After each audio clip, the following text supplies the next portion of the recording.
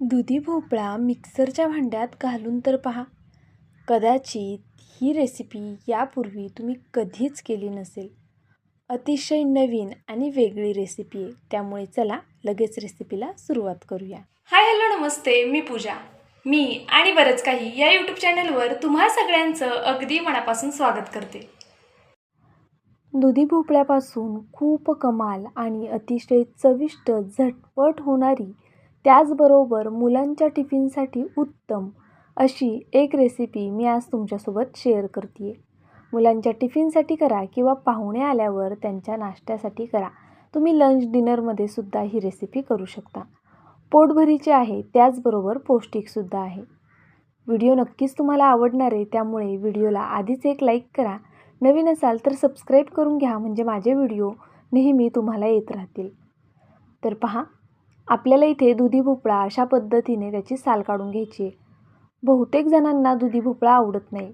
ज्यांना आवडत नाही ना, त्यांना दिला तर समजणारही नाही की हे दुधी भोपळ्यापासून केलेली रेसिपी आहे.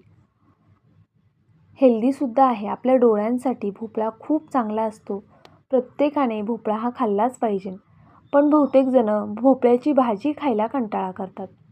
ही रेसिपी एकदा नक्कीच ट्राय करा. लहानांपासून मोठ्यांपर्यंत सगळे आवडीने खातील आणि त्यांना समजणारही नाही की आपण हा पदार्थ कोणत्या पदार्थापासून तयार झालेला आहे आणि काय खातोय. तर पहा, व्हिडिओत दाखवल्याप्रमाणे आपल्याला हा दुधी भोपळा कट करून घ्यायचा आहे. दुधी भोपळ्याचा हा मधला जो भाग असतो, जो खूपच मऊसर असा असतो आणि त्याला काही चवही नसते, तो भाग शक्यतो काढून टाकायचा. तर पहा, अशा पद्धतीने मी हा मधला भाग संपूर्ण काढून घेते आहे. आता हा भोपळा मी सकाळी आधी सांबर करण्यासाठी वापरला होता, त्यामुळे तुम्हाला हा भोपळा थोडा कमी दिसतोय, म्हणजेच संपूर्ण भोपळा घेतला नाही आहे मी. तर पहा, अशा पद्धतीने इथे मी याची साल काढून घेतली. आता मोठ्या मोठ्या फोडींमध्येच आपण ह्याला कट करून घेऊया. अगदीच बारीक फोडी करायच्या गरज नाही आहेत, पण जर तुमच्या मिक्सरच्या भांड्यात लवकर बारीक होत नसेल तर तुम्ही लहान लहान फोडींमध्ये कट केलं तरीसुद्धा चालणार आहे. शेवटी आपल्याला हा भोपळा मिक्सरला फिरवून घ्यायचा आहे. आता तुम्हाला जर मिक्सरला फिरवायचा नसेल तर तुम्ही हा दुधी भोपळा किसून घेतलात तरीसुद्धा चालणार आहे. आता इथे मी वेळ वाचवण्यासाठी मिक्सरच्या भांड्यातच फिरवून घेणार आहे. याने वेळही वाचतो आणि समोरच्याला कळतही नाही की आपण हा पदार्थ दुधी भोपळ्याचा खातोय. तर पहा, तुम्हाला हवं असेल तर तुम्ही किसून घेतलात तरी चालणार आहे. आता इथे मी हे संपूर्ण मिक्सरला छान बारीक वाटून घेते. तर पहा, इथे मी भोपळा संपूर्ण असा वाटून घेतला. अतिशय पौष्टिक आणि हेल्दी रेसिपी आज आपण पाहतोय. आता तुम्हाला यासोबत इतर कोणत्या भाज्या ॲड करायच्या असेल, मिक्सरला वाटायच्या असतील तर त्यासुद्धा तुम्ही इथे वाटून घेऊ शकता. पण आजची ही रेसिपी मी फक्त भोपळ्यापासून दाखवणार आहे. जर तुम्हाला हवं असल्यास तुम्ही गाजरचा सुद्धा यात वापर करू शकता. तर पहा, इथे मी संपूर्ण भोपळा काढून घेतला. त्यानंतरनं यात बारीक कट केलेला एक मोठा कांदा घालून घेतला, सोबतच भरपूर अशी कोथिंबीर. आता कोथिंबीर तुम्हाला जास्त आवडत असेल जास्त घाला, कमी आवडत असेल कमी घातली तरी चालेल. त्यानंतर आपल्याला आवर्जून यामध्ये पांढरे तीळ घालायचे. तर पहा, 2 मोठे चमचे इथे मी पांढरे तीळ घालून घेतले. त्याचबरोबर अगदी थोडासा ओवासुद्धा इथे आपण घालून घेणार आहोत. अगदी छोटा चमचा आहे पहा, तर इथे मी 1 छोटा चमचा भरून ओवासुद्धा घालून घेतला, म्हणजे हा पदार्थ आपल्या पोटाला बाधणार नाही. ओवा घातला की लगेच यामध्ये थोडीशी हळद घालून घेऊया. त्यानंतरनं चवीनुसार लाल तिखट. लाल तिखट तुम्ही तुमच्या आवडीनुसार कमी जास्त करू शकता. मी इथे 1.5 चमचा लाल तिखटाचा वापर केला आहे. सोबतच धना पावडर घालून घेतली आणि त्यानंतरनं अद्रक लसणाची पेस्ट घालायची आहे. आता तुम्हाला लाल तिखट वापरायचं नसेल तर तुम्ही हिरवी मिरची, अद्रक, लसूण एकत्रित मिक्सरला फिरवून ते सुद्धा इथे वापरू शकता. एक लहान वाटी इथे नाचणीचं पीठ घेतलेलं आहे. तुमच्याकडे नाचणीचं पीठ नसेल, स्किप केलं तरीसुद्धा चालणार आहे. त्यानंतरनं 2 वाट्या बाजरीचं पीठ घेणार आहे.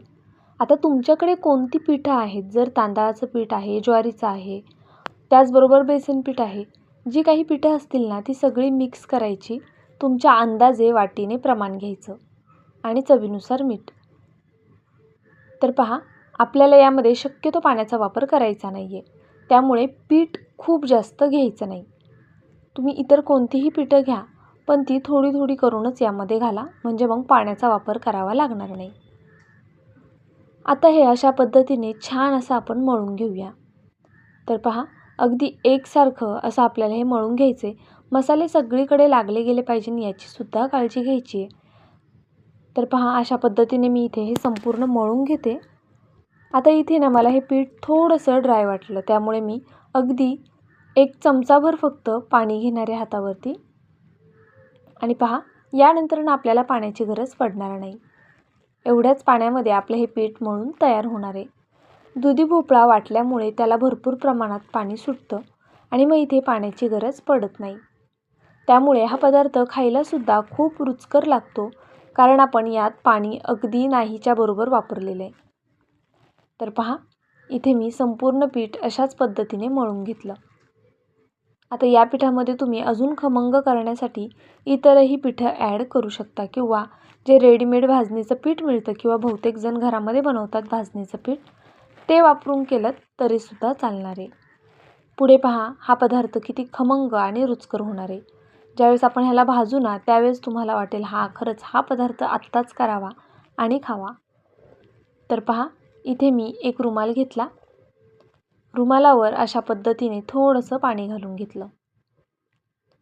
आता इथे एक गोळा घ्यायचा आहे पिठाचा. तर पहा, इथे मी पिठाचा गोळा घेतला आहे छोटासा. आता आमच्या इथे लाईट गेली आहे, त्यामुळे मी टॉर्चचा वापर केलेला आहे, कारण की बराच वेळ थांबूनही लाईट आली नाही आणि मला हे लगेचच मुलांना नाश्त्यासाठी करायचे होते, म्हणून मग टॉर्च लावून हा व्हिडिओ मी नंतरचा शूट केलेला आहे. तर पहा, अशा पद्धतीने हलक्या हाताने हे थापून घ्यायचं. आपण नेहमी जशी थालीपीठं करतो ना, अगदी त्या पद्धतीने ही थालीपीठं आपल्याला थापून घ्यायची आहेत. तर पहा, एकसारखी अशी मी ही थालीपीठं सगळीकडनं थापून घेणार आहे. तुम्ही कोणत्याही प्रकारचा नॅपकिन किंवा कॉटनचा रुमाल वगैरे घेऊ शकता. रुमाल आधी आपल्याला ओला करून घ्यायचा, त्यावरती थोडं पाणी घालायचं आणि अशा पद्धतीने हे थालीपीठ थापून घ्यायचं. मध्यभागी मी छोटंसं ह्याला होल करणार आहे. पहा, आता आपण चला लगेचच हे थालीपीठ भाजायला घेऊया. भाजायचं कसं ते सुद्धा खूप महत्त्वाचं आहे, त्यामुळे नक्की व्हिडिओ शेवटपर्यंत पहा. तर पहा, इथे मी एक पॅन ठेवलेला आहे. तुम्ही पॅन ठेवा किंवा तवा ठेवा, त्यावर आपल्याला हे थालीपीठ भाजून घ्यायचं आहे. आता त्याला आपण बघा असं तेल लावून घेतलं. तुम्ही तेलाऐवजी तूप किंवा बटरचा वापर केलात तरीसुद्धा चालणार आहे. इथे मी खाली अशा पद्धतीने तेल लावून घेतलं आहे.